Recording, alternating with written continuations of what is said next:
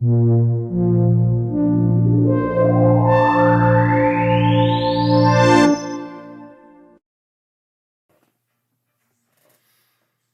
evening. Again. Hello, everybody. Impact coming to you again with episode 2 of M-Chat. In this installment, we're going to be talking about more leaks. And that's the only thing we'll be talking about in this video for simplicity's sake. So anyway, from what I can gather on the internet, there has been more leaks coming out that has come to my attention. And I'm here to talk about my thoughts on them. So, again, before I begin, this is all based on my opinion. If you have a different opinion, that's completely fine. All of us here are entitled to our own opinions when it comes to these movies, TV shows, video games, and other pieces of media. So anyway, let's talk about them. Both have to do with the channel Nickelodeon and the streaming service Netflix. Notice the pattern there? Yeah, so the similarity is rising. So anyway, the two leaks that I want to talk about in this video are for the Fairly Odd Parents revival, let's say, Fairly Odd Parents: A New Wish, and Saving Bikini Bottom, the Sandy Cheeks movie. I apologize if this video is a little too late. I know a lot of people have been talking about it on the internet long before I have, right now in this very video, but I just want to say right now, I just want to give my takes on these.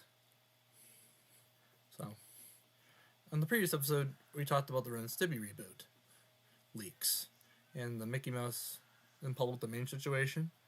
Now this one, yeah, we're trying to talk about more leaks. So anyway, let's get started. Starting with The Fairly Odd Parents: A New Wish. I hate the title.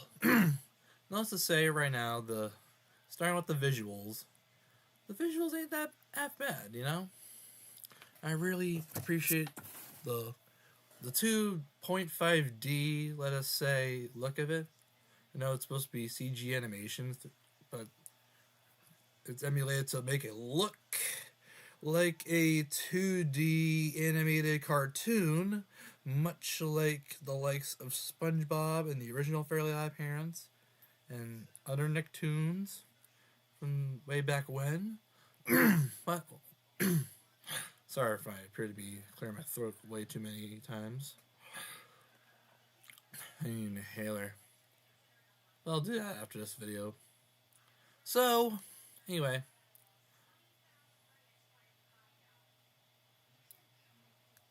So, I see what they're trying to do there. And the animation style reminds me of Big Nate when it comes to like the animation. That's in our next show, actually. So, yeah, I see what they're trying to do there, and I actually really like the approach. However, the same cannot be said with the writing and everything else about the revival. Let me just say right now, I don't think the Fairly Odd Parents should ever come back, honestly. Sorry if I appeared to have taken off my shirt. I just needed to get some air, you know? Feel a little hot in it. So, yeah. Fairly Odd Parents, I mean, let's be honest here. I don't think it should have ever came back in any way whatsoever. I mean, season 10 was bad enough. I mean, the show already went downhill after like season 6 or so. And not to mention Fairly Odder, the first revival of the show. Yeah, that was a big flop for Paramount Plus and Nickelodeon. Why is it gonna come back again, honestly? I mean, seriously. Fairly Odd Parents already had a great ending. Channel Chasers, even though I've not seen much of the Fairly Odd Parents in a while, but honestly, I mean, so the plot revolves around this new kid coming into town, and it has been granted to Cosmo and Wanda as the fairy godparents for the kid. Much like with how Timmy Turner had his back when he was a kid. This takes place in the future, by the way. I'll talk about Timmy Turner in a bit, so yeah. So yeah, that's basically just it. From what we see in the leaks of the Fairly Odd Parents: A New Wish, but Honestly, yeah, I don't really care for that revival. I mean, I know a lot of people really seem to praise it being like better than Fairly Ladder, but I just don't really see the case. I mean, it kind of looks. I just don't think it looks the same as it did back then. Not to mention that Timmy Turner's future is complete garbage. I mean, whatever happened to the channel chases where Timmy had the perfect future? I mean, he got married, had children, living the American dream. But now he's a fucking bus driver, really. And you're utilizing the design from the Big Problem too, instead of the handsome, instead of the handsome one, instead of the handsome one we got from Channel Chasers. Seriously, what the fuck? Honestly, it's a big gut punch to the classic Fairly OddParents fans. Honestly, it's kind of a big letdown. It's pretty disappointing. So especially for someone who's actually seen Channel Chasers and actually loved it. Probably one of their favorite episodes. One of the go-tos when watching the Fairly OddParents, by the way. So, yeah. I guess this is all my opinion, so please respect it. Honestly, excuse me. While the animation's good, the same cannot be said about the writing and the how big of an insult it is to the classic Fairly OddParents show. So, honestly, I'm just not gonna check it out. I like how I've not checked out Fairly Odder. Yeah, I'm not gonna check. I'm not gonna check out Newish either because it's just does not feel like the Fairly OddParents at all. Honestly. Okay, now on to the other leak. Saving Bikini Bottom, the Sandy Cheeks movie. Now, unlike Fairly OddParents and Fairly Odder, and the Ren and Stimpy reboot, which all of them like leaks from like work prints, which was like partial work print footage. Let me just say right now, the whole movie's been leaked. No joke, no joke. The whole frickin' 100-minute long movie has been leaked. I'm not even kidding. I'm not kidding you either. It has been leaked to the internet. No, not 100 minutes. The thing's like 80 minutes long, I meant to say. Yeah. Sorry. Yeah, the whole 80-something minute long movie has been leaked. I'm not even kidding. It's... Ugh. And it's not even a work print either. It's not even... it's not just... it's not a work print. It's like... I'll get back to it eventually, but... So anyway... Luckily, though, I've not seen the entire movie because, I don't do leaks. I've told you that numerous times. But, from what I've seen, the plot of it, like... Well, from what I've seen from the plot synopsis, the film revolves around this big, huge claw descending into the ocean and grabbing Bikini Bottom, the entire city of Bikini Bottom, which leaves SpongeBob and Sandy... Sandy and SpongeBob to go up to the surface to get it back from an evil CEO. So, yeah, that's basically the whole plot of the film. I think we also get introduced to Sandy's family, too. Yeah, pretty sure they're a part of the movie. Yeah. So those who've seen the leaks, please don't spoil it for me in the comments. Please don't. I'll thank you to not do that. So...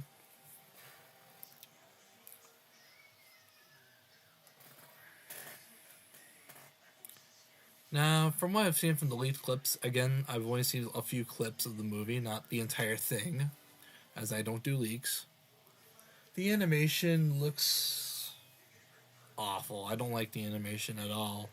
At first, I thought they would have 2D animation for the underwater elements and the CG live action stuff for the surface stuff, similar to SpongeBob water, but no. They had to utilize the Camp Curl-esque animation for the movie too, so that is complete shit. I mean, honestly, the reason I compare it to Camp Coral is because the animation looks pretty damn choppy. It's looks a little budget as well. What? I mean, granted, I know it. I understand it's a streaming movie, and streaming movies don't have to have the best animation budget, but the surface stuff looks a lot better than than the underwater scenes, honestly.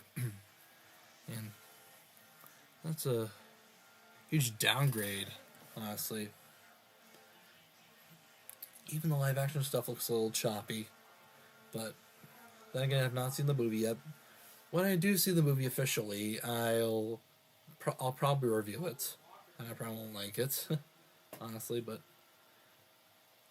again, like the animation in especially for the underwater parts, feel like something we see in a work print. Although it's not a work print because it doesn't have all the screen bugs and stuff. It doesn't have all the watermarks and whatnot.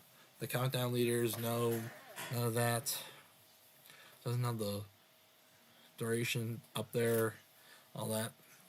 It's the final product. It's the final product of the film.